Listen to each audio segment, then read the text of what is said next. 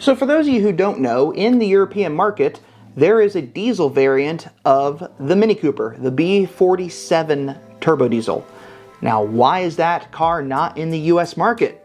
You see, when the F56 generation was launched, they had the B38 3-cylinder, the B48 4-cylinder, and the B47, which was a diesel. And that was something that I was really excited about because I've never seen a Mini Cooper diesel in the US. Now, yes, the R50 generation and the R56 generation had diesel Minis, but up until that point, there was no possibility of those coming to the US. And those other cars would have been really cool to have here. The fact that they were considering bringing the F56 with the diesel was really exciting, but there was a bit of a problem and two reasons why it ended up not coming to the US. One of those has to do with Volkswagen, and the other has to do with fuel economy. You see, around 2014, when Mini was looking at launching the new cars in the US market, there was a little thing going on called Dieselgate, and that was the scandal with Volkswagen. I mean, you gotta hand it to them. They managed to design an emission system that would know when it's being tested and change things so that you wouldn't know that it was potentially polluting more than it should. And apparently it had been going on for a while because they basically bought back a lot of cars, some pretty cool ones. One of my personal favorites was the Jetta TDI Cup Edition. I really liked that car. Suddenly, diesel was now a dirty word.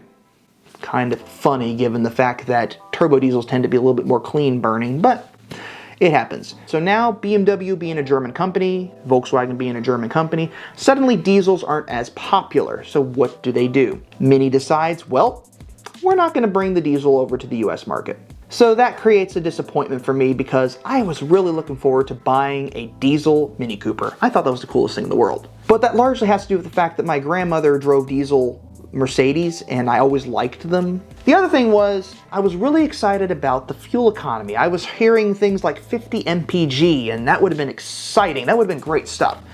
But the problem was, they said that when you bring that car over to the US and you put the correct emission stuff on it for the US market, because you know how California is, we can't have anything over here that pollutes. But the big thing with that car was the fact that when you brought the car over and you put all the emission stuff into it, it ended up getting comparable fuel economy to the regular 3-cylinder Cooper. And at that point, it kind of became pointless, as it were, to bring the diesel car over to the US and have a diesel car that's going to get the same fuel economy that the Cooper is getting. Now, the Cooper 3-cylinder is a fantastic engine. I've driven it. I love the car. I thought it was great. But that diesel engine would have been something really exciting. And unfortunately, that didn't happen.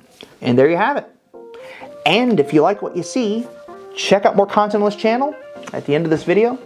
And thanks for watching.